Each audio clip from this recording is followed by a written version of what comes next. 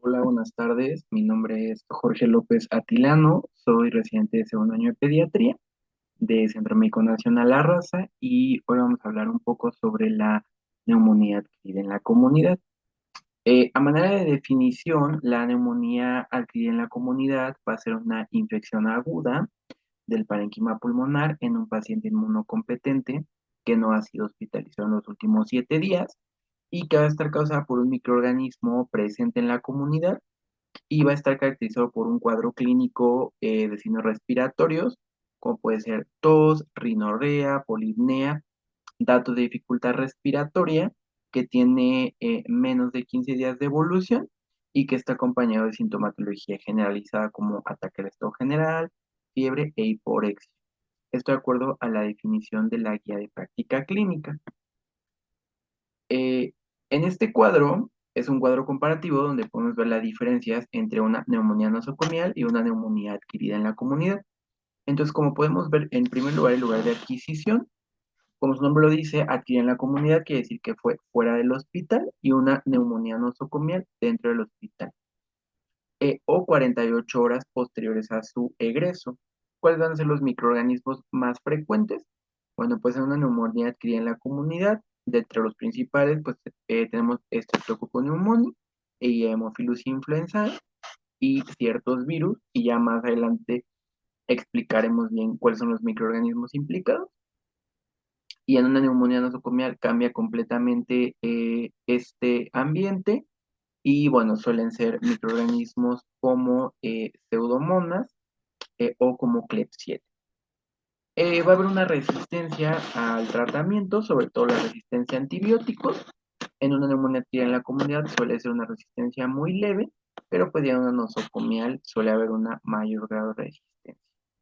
La gravedad, pues generalmente una nosocomial, pues suele ser moderada o inclusive puede llegar a grave. Y el tratamiento que tenemos que dar, tomando en cuenta la resistencia que suele haber, pues es en una nosocomial, un antibiótico de amplio espectro, en comparativa de una adquirida en la comunidad, donde generalmente se dan pues tratamientos que van dirigidos hacia los microorganismos comunes. ¿Cuáles van a ser los factores predisponentes para que un paciente pueda tener un ANAC? Bueno, generalmente suele ser pacientes desnutridos, que tengan un peso bajo al nacimiento, que han tenido falta de lactancia materna, que haya hacinamiento, que no tengan su esquema de vacunación completo, el nivel socioeconómico bajo y la asistencia a guarderías por el riesgo de contagio. Bueno, aquí tenemos un cuadro donde podemos ver la clasificación de acuerdo pues a muchas cosas. Suele ser una clasificación de acuerdo a la etiología. Esta la podemos clasificar en una bacteriana, en una viral, en una atípica y podemos tener también una fúngica o una u oportunista, se le puede conocer también. Entonces, en una bacteriana, generalmente cuando el paciente suele ser menor a 3 meses, los microorganismos que más van a estar implicados es Streptococcus galacti, Listeria monocytogenes o E. coli. Esto porque son microorganismos que se encuentran en el canal de parto. Cuando el paciente tiene entre 3 a 5 años, los microorganismos más frecuentemente implicados, perdón, Streptococcus pneumoniae, Haemophilus influenzae tipo B, sobre todo si es que este paciente no tiene su esquema de vacunación completo, correlacionándolo con lo que ya habíamos mencionado previamente. Ahora, cuando el paciente tiene más de 5 años, solemos tener Streptococcus pneumoniae y en este ya entra un microorganismo que es Mycoplasma pneumoniae, que suele entrar dentro de la categoría de las eh, atípicas. Ahora, dentro de los virus, pues los más frecuentes es el virus sincitial respiratorio, sobre todo en aquellos pacientes menores de 2 años, pero también tenemos otros como puede ser influenza, parainfluenza, adenovirus o el metaneumovirus humano. Y es importante mencionar que la principal causa de neumonía adquirida en la comunidad pues suele ser viral, sobre todo en este grupo poblacional. Los atípicos, como Mycoplasma pneumoniae o Chlamydia pneumoniae, estos suelen ser más frecuentes ya en pacientes escolares y en pacientes adolescentes, entonces es importante tomar en cuenta. Y los pacientes que tienen una infección fúngica u oportunista suelen ser pacientes inmunocomprometidos. Y pues el principal microorganismo es Pneumocystis jirovecii. Y pues es importante mencionar, por ejemplo, que se presenta en pacientes que ya tienen VIH en fase. No, no solamente en eso, generalmente en todos los pacientes inmunocomprometidos. Ahora, otra clasificación que tenemos es a nivel patológica, donde podemos tener una neumonía lobar. La neumonía lobar va a estar caracterizada, perdón, por la consolidación completa de un lóbulo pulmonar y frecuentemente está asociado a Streptococcus pneumoniae. Cuando hablamos de una neumonía, una bronconeumonía, suele estar caracterizado por infiltrados parchados y suele haber varios lóbulos pulmonares afectados. Otra que podemos tener, bueno, y generalmente aquí va a estar asociado a bacterias gram negativas o a microorganismos como Staph aureus. Cuando ya tenemos una infección intersticial, pues tenemos un infiltrado intersticial difuso y este suele ser típico de virus o de microorganismos atípicos. Y también podemos tener un absceso pulmonar o una fase necrotizante, donde solo habría una cavitación o una destrucción del parénquima, y generalmente puede ser causado por Staph aureus o por microorganismos anaerobios. Ahora, la localización. Bueno, eh, cuando es unilateral y cuando está únicamente en un lóbulo, generalmente suele estar asociado a una neumonía adquirida en la comunidad de tipo bacteriana. No así cuando suele ser bilateral o cuando suele ser difusa. Aquí generalmente va a ser viral o va a ser por microorganismos atípicos. Cuando tenemos una multilobar o periliar, pues suele ser asociado a infecciones severas o infecciones virales, pero que ya suelen ser pues avanzadas. Y complicada, bueno, pues ya está asociado a derrame pleural, a empiema o a necrosis. Y también es importante mencionar el patrón radiológico que suelen tener. Como ya vimos, cuando solemos tener una consolidación lobar, suele ser de características densas y homogéneas y está relacionado con una bacteriana típica. Los infiltrados intersticiales, como ya lo mencionamos previamente, suelen ser virales o atípicas. Podemos tener atelectasias, sobre todo cuando hay datos de obstrucción bronquial y cavitaciones o abscesos, mm, cuando está relacionado con Staph aureus o con anaerobio. Y bueno, ya de las complicaciones pues más graves, pero también frecuentes, suele ser el derrame pleural y el empiema. Es una complicación bacteriana pues muy, muy severa y muy importante. Generalmente suele ser causado por Streptococcus pneumoniae o por Staph aureus. Y bueno, pues de acuerdo al cuadro clínico, cuando nosotros estamos sospechando de una infección bacteriana, los pacientes suelen tener una fiebre alta, tos productiva, suelen tener datos de dificultad respiratoria como taquipnea y estertores. Cuando estamos ante un caso de una neumonía atípica, pues el cuadro clínico suele ser un poco inespecífico. Solemos tener tos seca, cefalea, la fiebre es moderada y signos extrapulmonares, que ya lo vamos a mencionar más adelante. Cuando es viral, la fiebre es baja, suele haber tos, que puede ser seca o puede ser productiva, suele haber sibilancias y es de evolución lenta. Y pues ya, una neumonía complicada, solemos tener datos de dificultad respiratoria importantes y puede estar relacionado en piema y a datos de choque. Ahora, pasando a la siguiente parte de la etiología, pues bueno, como ya lo habíamos mencionado previamente, lo vamos a dividir de acuerdo a los grupos etarios o a los grupos de edad. Generalmente los recién nacidos, desde recién nacidos hasta un mes, bacterias, como ya mencionamos, Streptococcus agalacti, E. coli o Listeria monocytogenes,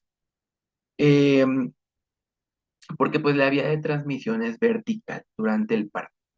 Los virus son poco frecuentes a esta edad, sí se pueden presentar, pero la verdad es que es muy raro. Ya en lactantes o en pacientes de un mes a 5 años, los virus es la principal causa, sobre todo en pacientes menores de 2 años. El virus incitial respiratorio y el virus por parainfluenza. También solemos tener adenovirus, influenza, metaneumovirus humano, y bacterias como Streptococcus pneumoniae, Haemophilus influenza de tipo B, que pues ya es menos más frecuente porque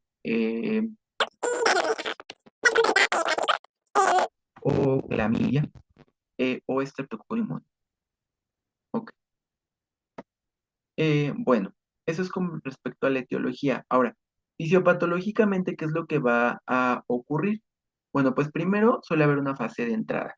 ¿Qué quiere decir esto? Es cuando el paciente inhala y aspira el patógeno. Este patógeno va a viajar a través de las vías respiratorias y va a resultar en una infección alveolar. Posterior a ello, los mecanismos de defensa van a fallar, todos los mecanismos de respuesta inmunológica respiratorios, tanto físicos como biológicos, y químicos pues van a fallar y esto va a resultar en una invasión pulmonar. Ujú. ¿Qué va a pasar entonces? Que se van a activar los macrófagos y los neutrófilos, pero van a generar una respuesta inflamatoria excesiva. Entonces, al haber una inflamación del parénquima pulmonar, junto con la producción de exudado. Y por último, pues va a haber una alteración de la función pulmonar. ¿Por qué? Pues porque los alvéolos van a estar llenos de exudado y esto va a generar una disminución en la oxigenación y van a presentarse los síntomas respiratorios. Y bueno, aquí tenemos las fases de la neumonía. La vamos a dividir en cuatro fases.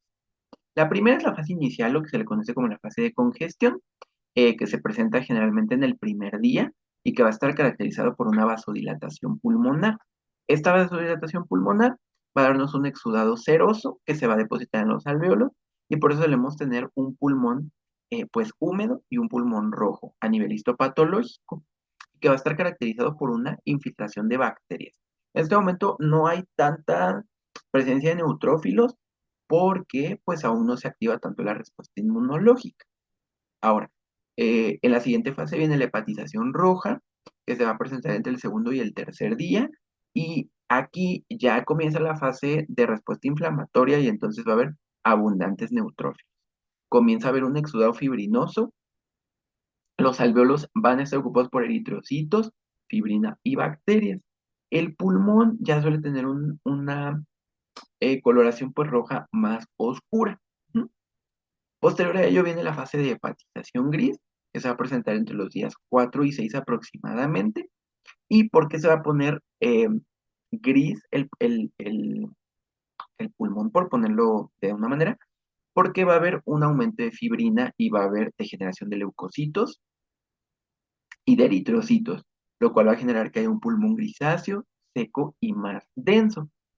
Y por último, en condiciones adecuadas o en condiciones normales, suele haber una fase de resolución, es a partir del día 7, donde las enzimas van a alisar el exudado, los macrófagos van a limpiar el alveolo y hay una pues aparente restauración del parénquima de la arquitectura pulmonar y si es que no llegan a presentarse ninguna complicación. Ahora, estas fases pues no suelen ser así como tan escalonadas. Sobre todo en los niños suelen solaparse o no suelen ser tan evidentes. Ujú. En neumonías virales o neumonías atípicas, pues no se siguen estas fases que son tan clásicas, porque solemos tener un patrón intersticial o un patrón más difuso. Y en pacientes inmunocomprometidos, generalmente la fase de congestión o hepatizaciones eh, pasa de manera muy rápida o a veces nos llega a presentar y se va directo a una complicación, a formación de abscesos, empiema, interrumpiendo pues el curso natural de las fases de la neumonía. Y aquí tenemos un esquema donde se explica de manera histopatológica lo que ocurre. La primera fase de democongestión, donde hay un exudado de las proteínas, posterior a ello la hepatización roja, como podemos ver, es que hay muchos eritrocitos en este exudado, la hepatización gris, donde suele haber neutrófilos y la lisis de fibrina y la lisis de los eritrocitos, y después viene la fase de resolución, donde pues hay una reabsorción total de estas células y en teoría pues suele disminuir la respuesta inflamatoria. Bueno, este es un cuadro donde vemos las manifestaciones clínicas. Las manifestaciones clínicas de una ANAC pues suelen ser amplios, pero aquellos signos que suelen tener una mayor sensibilidad son a los que hay que tenerles pues mayor atención. Entonces, como podemos ver, la taquipnea llega a tener una sensibilidad hasta del 94%. Entonces, es uno de los criterios muy importantes que recomienda la Organización Mundial de la Salud para sospechar de NAC. Y tiene una especificidad baja, pero tiene una sensibilidad elevada. La fiebre por arriba de 38 grados, sobre todo en neumonías bacterianas. La tos, vemos que suele ser muy poco específica. O sea, Sí es muy sensible, pero especificidad muy baja. Entonces, pues no se toma como una manifestación clínica pues diagnóstica.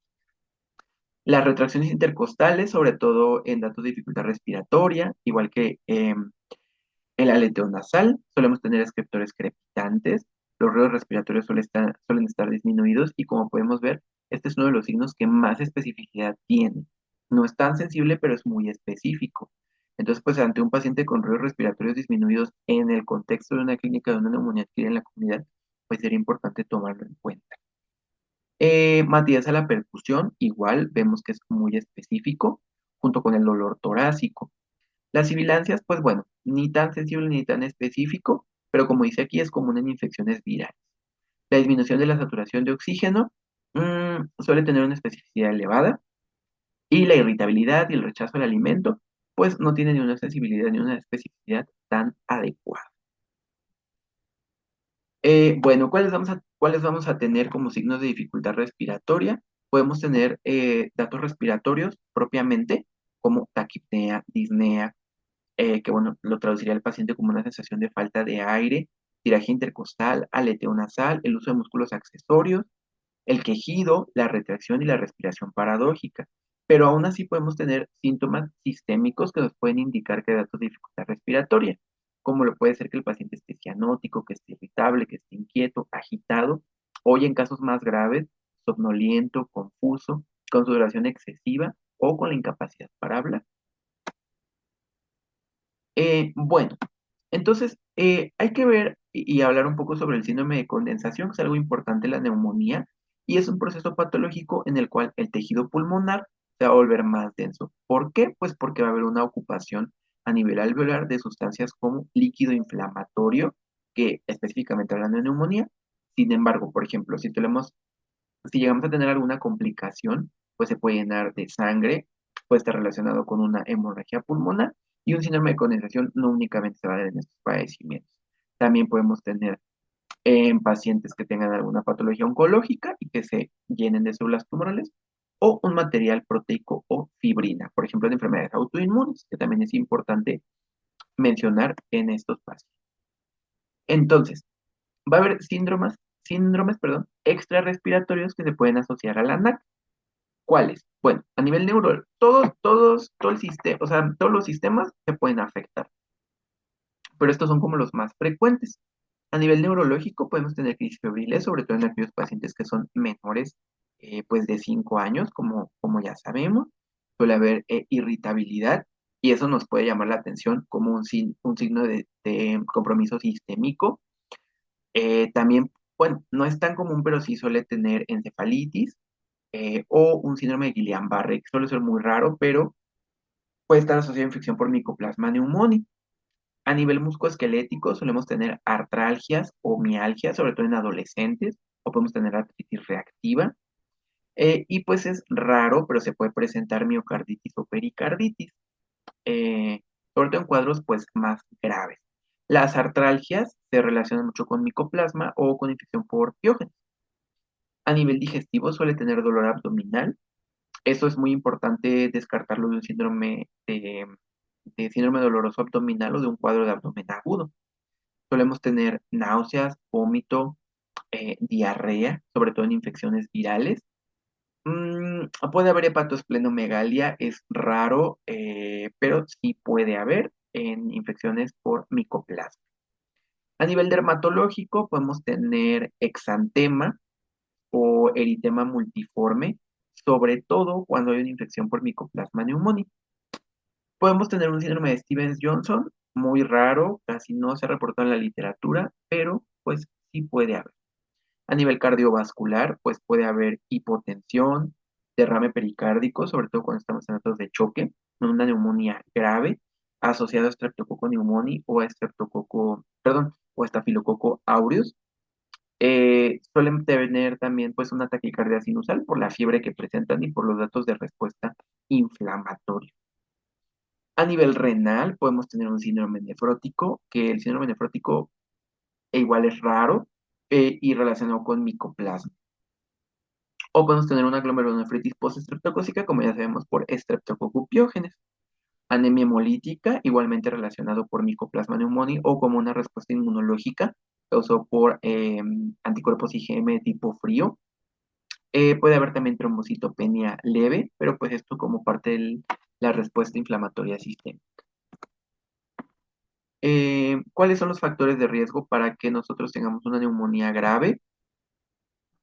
Factores relacionados con el paciente, como ya los mencionamos, menores de 6 meses, que estén datos de desnutrición, que el paciente haya sido prematuro, que haya tenido un peso bajo al nacer, un paciente con inmunodeficiencia o con alguna enfermedad reumatológica, cardiopatías congénitas, enfermedades neuromusculares o con pacientes con neurodiscapacidad y que no tengamos el esquema de vacunación completo. Y factores relacionados con la infección, una fiebre persistente o muy alta por arriba de 39 grados, que se haya mantenido así 48 a 72 horas, datos de dificultad respiratoria y que el paciente esté hipoxémico. Aquí podemos ver de cuáles van a ser los criterios de ingreso a hospitalización. Todo paciente que tenga una neumonía moderada o grave o que tengamos datos de dificultad respiratoria e hipoxemia son pacientes que se tienen que ingresar.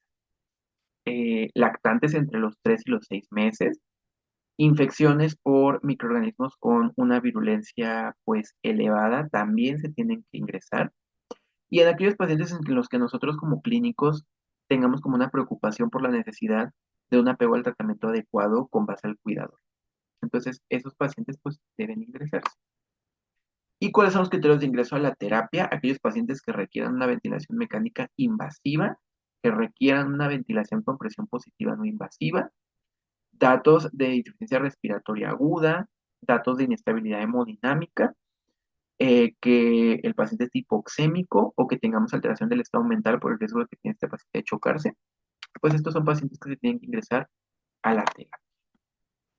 Ahora, este es un cuadro donde vamos a ver la clasificación de la neumonía por su gravedad y los criterios. Entonces, cuando tenemos una leve, es un cuadro clínico pues muy clásico, con tos, una taquipnea leve, no hay datos de dificultad respiratoria y el paciente tiene una adecuada saturación por arriba del 92%. Tiene un buen estado general, no tiene tiraje, no tiene quejido y el paciente está tolerando adecuadamente la vía oral. Cuando ya tenemos una moderada, o que también en algunas que ya se clasifica ya como moderada grave, el paciente ya tiene una saturación por debajo del 92%. Aparte del cuadro clínico previo que se mencionó, pues suele tener ya tiraje intercostal, aleteo nasal, quejido respiratorio y una taquipnea importante. Y el paciente va a estar ya letárgico, irritable y con datos de deshidratación. Y cuando ya tenemos una neumonía, pues severa o muy grave, el paciente ya suele tener apnea, suele tener respiraciones irregulares, suele tener cianosis y pues ya aquí podemos estar ante datos de choque con una saturación por debajo del 90%, alteración del estado de conciencia y datos de sepsis grave. Bueno, ¿cuáles son los exámenes complementarios que nosotros podemos hacer? Los hemocultivos no se deben realizar de primera instancia y no están recomendados. Sin embargo, bueno, pacientes que no han tenido una mejoría clínica o que están teniendo un deterioro clínico importante, es conveniente que le hagamos un hemocultivo para descartar que estamos ante un dato de bacteremia o ante un caso de seguimiento. El cultivo del esputo es importante, sobre todo para identificar el microorganismo. También podemos hacer tinciones de Gram. Para la detección de patógenos virales es importante para disminuir el uso de antibióticos. Una biometría hemática y un reactante de fase aguda nos pueden ayudar para diferenciar una neumonía viral y una bacteriana. ¿Cómo vamos a realizar el diagnóstico de una neumonía? El diagnóstico de una neumonía es clínico. Entonces, como ya mencionamos los cuadros, el cuadro clínico previamente, el paciente suele tener fiebre, suele tener tos, en algunos casos ya puede tener disnea, dolor torácico, y a la auscultación pulmonar podemos tener estertores o disminución del murmullo vesicular. Y también el paciente puede tener broncofonía o egofonía. Suele haber una matidez localizada en caso de que pues, estemos ante una neumonía bacteriana y los patrones radiológicos que ya mencionamos previamente. Suele haber leucocitosis, sobre todo si estamos ante unos datos de una bacteriana, no así en una viral. Los marcadores inflamatorios como la PCR y la proca suelen estar elevados, igual sobre todo en una bacteriana. Entonces, bueno, aquí tenemos un cuadro de cómo podemos hacer el diagnóstico microbiológico con el cultivo de esputo, como ya lo mencionamos previamente, los hemocultivos en caso de que estemos sospechando de una bacteremia. Podemos hacer una PCR respiratoria, sobre todo para identificación viral, o sea, bueno, de virus, y disminuir el uso de antibióticos. También podemos hacer, como ya mencioné previamente, la atención de Gram y los cultivos, el lavado bronquioalveolar y el cultivo del líquido pleural. Bueno, pues, ¿cuál va a ser la utilidad de estos estudios de gabinete? Una radiografía de tórax cuando tengamos duda de una neumonía, pero también nos ayuda a evaluar la extensión del daño a nivel pulmonar. Y pues si estamos sospechando de complicaciones, también nos ayudaría bastante. El ultrasonido torácico nos ayuda mucho a la cuantificación del líquido cuando tenemos un derrame pleural y nos ayuda a evaluar la extensión y las características del líquido pleural. Y la TAC cuando las complicaciones no suelen ser muy bien observadas en una radiografía y cuando estemos ante una sospecha de absceso pulmonar, empiema o enfermedad. ¿Qué patrones radiológicos podemos encontrar en una neumonía? Como ya lo mencioné previamente, la consolidación lobar, cuando pues hay una opacidad y suele ser homogénea de uno o más lóbulos pulmonares y está relacionado a infecciones bacterianas típicas. Cuando tenemos una bronconeumonía o suele haber una consolidación multilobar, donde se afectan múltiples áreas pulmonares relacionado con bacterias atípicas o también podemos tener virus. Los patrones intersticiales, que es aumento de la trama intersticial y que va a estar relacionado con infecciones virales. Podemos tener datos de atelectasia, que es el colapso de un segmento pulmonar, sobre todo como una complicación secundaria, derrame pleural o absceso pulmonar, sobre todo ya en neumonías complicadas. Y bueno, el broncograma aéreo es una visualización de los bronquios llenos eh, de, de aire dentro de un área pulmonar consolidada. ¿Qué quiere decir esto? Donde el tejido pues va a estar opaco, ya se hace por líquido o por exudado. Y el broncograma aéreo pues va a ser un signo característico de consolidación. Entonces, en esta radiografía podemos ver un ejemplo de un paciente con una neumonía. Entonces, las líneas negras que mm, no sé si se logra señalar bien, pero representan vías respiratorias que son permeables dentro de un patrón, dentro de un pulmón perdón, consolidado, que suele ser toda esta parte. Aquí tenemos la radiografía de un paciente del hospital, donde podemos ver que está afectado el lóbulo inferior del lado izquierdo. Esta es una proyección frontal y en una proyección lateral donde ya lo podemos ver. Ujú. Y es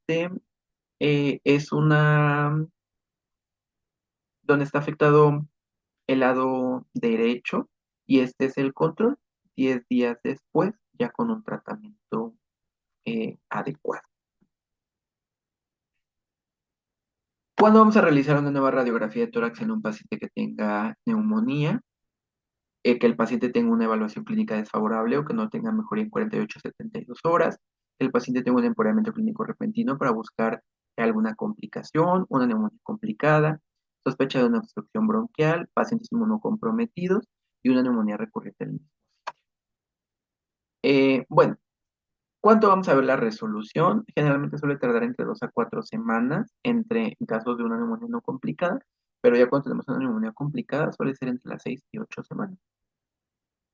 Bueno, ¿cuál va a ser el tratamiento? Generalmente el tratamiento ambulatorio como primera opción, eh, si estamos sospechando una neumonía bacteriana, la primera opción es amoxicilina por vía oral, de acuerdo a la guía de práctica clínica, y como segunda opción o ante casos atípicos, podemos usar macrólidos como la claritromicina y la citromicina, y siempre muy importante el control sintomático y el control de la fiebre, con antitérmicos como paracetamol, ibuprofeno o metamizol. Suelen ser medidas pues de soporte, una hidratación adecuada, el control de síntomas y pues el tratamiento generalmente suele durar entre 7 a 10 días. Am, Aquí cuando ya estamos ante un manejo hospitalario, podemos dar tratamiento pues con ampicilina o también podemos dar con ceftriaxona o algo más o menos un macrólido como acitro o claritromicina. Em, Podemos dar vancomicina, sobre todo estamos pensando en un estafilococo aureus meticilino resistente, pero bueno, eso ya se normaría también con la identificación microbiológica y las medidas de soporte, paracetamol, ibuprofeno, metamizol, como control de la fiebre. lo que mencionamos ya previamente, el tratamiento ambulatorio, aunado con las medidas generales. Y bueno, como primera opción, ¿cuándo dar antibiótico? Cuando estamos guiándonos ante una sospecha de una neumonía bacteriana con base a todo lo que ya mencionamos previamente, a las características clínicas. Como primera opción, amoxi, segunda opción, macro. Tratamiento hospitalario que ya lo mencionamos previamente. Y bueno, cuando nosotros tenemos la identificación de un microorganismo ya como muy establecido, Eh, si nosotros logramos identificar a Streptococcus pneumoniae o Haemophilus influenzae, pues lo que se recomienda es amoxicilina o podemos utilizar algunas cefalosporina. En niños mayores de 5 años o que estamos pensando de una atípica, agregamos macrólidos. Pacientes hospitalizados menores de 2 meses podemos dar ampicilina, esto por los microorganismos que suelen estar implicados. Entre los 2 meses y los 4 años podemos utilizar penicilina benzatínica. Y bueno, como ya mencioné, si estamos ante un Staphylococcus meticilino resistente, podemos dar vancomicina. La duración del tratamiento generalmente suele ser de 7 a 10 días en casi todos los sistemas antibióticos, pero bueno, en vancomicina de 10 a 14 días en el contexto que ya lo mencionamos. Si no hay respuesta al tratamiento de manera inicial, hay que hacer una reevaluación clínica completa, confirmar el diagnóstico microbiológico, evaluar factores de riesgo y comorbilidades y considerar cambio de tratamiento o escala. Complicaciones que podemos tener son intra o extrapulmonares, intrapulmonares como el derrame pleural, absceso, neumotórax o atelectasias, y extrapulmonares como sepsis, meningitis, artritis, endocarditis o abscesos agudos. Porque una neumonía va a causar un desequilibrio hidroelectrolítico, se va a generar una respuesta inflamatoria que libera citocinas proinflamatorias como la interleucina 6 y esta va a generar una liberación no regulada de la hormona antidiurética. Y esto va a generar una retención de agua libre en los riñones y va a generar una dilución de sodio a nivel sanguíneo. Y esto es un cuadro de secreción adecuada de hormona antidiurética. El derrame pleural es una complicación importante y es una acumulación anormal de líquido en el espacio pleural, como una respuesta inflamatoria intensa, formación de exudado e infección del espacio pleural, a lo que se le conoce como empiema. Aquí vemos unas radiografías de pacientes que tienen derrame pleural. ¿Cuáles son las características del líquido pleural? Tenemos que ver el aspecto, tenemos que ver los leucocitos, las proteínas totales, la DHL, la glucosa, hay que ver el pH y es muy importante realizarle un cultivo bacteriano y si es que se puede, pues una tinción de Gram y una tinción de Silice. El drenaje, los factores determinantes para realizar un drenaje es la cantidad del líquido y las características, si el paciente tiene un compromiso clínico o si una ecografía o una radiografía son orientativos a que este paciente tiene que ser drenado. Criterios clínicos para una toracocentesis, un derrame pleural importante, cuando tenemos duda diagnóstica, que este derrame sea persistente o estemos ante sospecha de tiempo. Y criterios radiológicos, derrame pleural visible en la radiografía de tórax, moderado a grande, que el mediastino esté desplazado, que haya derrames loculados o septados visibles, y radiografía o ecografía que no permiten diferenciar si el líquido es simple o es complicado.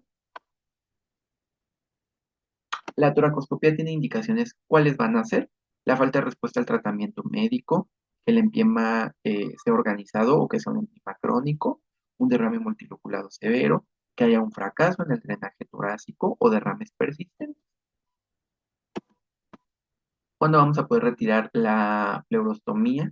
Cuando hay una resolución del derrame pleural, una mejoría clínica significativa, la radiografía ya muestra una reexpansión pulmonar, el líquido no está purulento y no hay datos de infección activa y no tenemos complicaciones.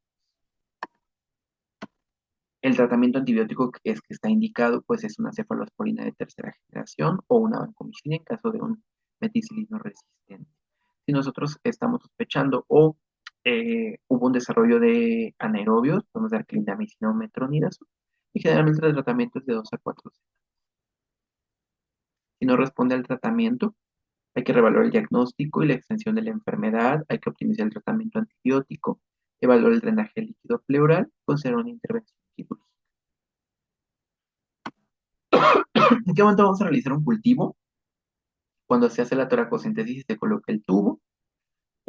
También podemos hacer hemocultivos, no hay fiebre persistente o empeoramiento a pesar de tener el tratamiento antibiótico adecuado, antes de iniciar o escalar algún tratamiento antibiótico y en casos complicados. Y bueno, vamos a una parte muy importante de la charla y esta será la prevención. La vacunación es muy importante, la lactancia materna exclusiva por las propiedades que tiene la leche materna, una adecuada práctica de higiene, sobre todo cuando estamos en contacto con pacientes que tienen una neumonía, una nutrición adecuada es fundamental y el control de los factores de riesgo que ya mencionamos. Y muy importante la educación de los cuidadores. ¿Cuáles son las vacunas que nos van a proteger contra la neumonía? Pues tenemos la pentavalente, el neumococo conjugado de 3 serotipos, la vacuna para hemófilos influenzae y bueno, actualmente pues la vacunación por influenza que debe ser anualmente desde de los 6 meses de edad. Se pone dosis a los 6 meses y al mes se pone otra dosis y a partir de ahí en la temporada. ¿Y en qué momento se aplican las 4 dosis contra el neumococo? Pues son a los 2, a los 4, a los 6 meses y el refuerzo se va a dar entre los 12 y los 15 meses. Y bueno, pues eso sería todo de mi parte y pues muchísimas gracias.